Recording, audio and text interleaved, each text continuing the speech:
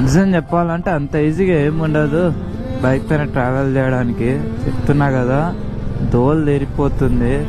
మనము డైలీ ఒక 400-500 కిలోమీటర్స్ ఏమో బండి నడపాలా, ఇవన్నీ చూసుకోవాలా, బండికి చైన్ స్ప్రేస్ కొట్టుకోవాలి, లూప్ చేసుకోవాలి, మధ్యలో ఇలాంటి రిపేర్లు చేసుకోవాలి. రోడ్డు చూస్తే ఏమో దరిద్రంగా ఉంటాయి.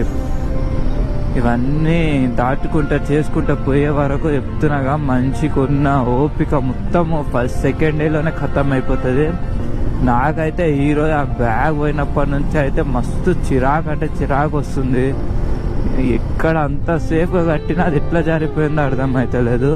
కనీసం టెంట్ అయినా దొరికిందని నేను ఆనందపడుతున్నా. అది పోయి ఉంటే మళ్ళీ ఎక్కడన్నా స్టే చేయడానికి రాకపోయేది. ఒక బ్యాగ్ అయితే పోయినట్టే మనకి ఇంకా లాస్ట్ ఫైనల్గా. ఒక బ్యాగ్ ప్లస్ దాంట్లో చెద్దళ్ళు ఉన్నాయి. ఇక చెద్దళ్ళు ఇటే ఇక పోయినట్టే, ఇంక ఏం చేయలేము.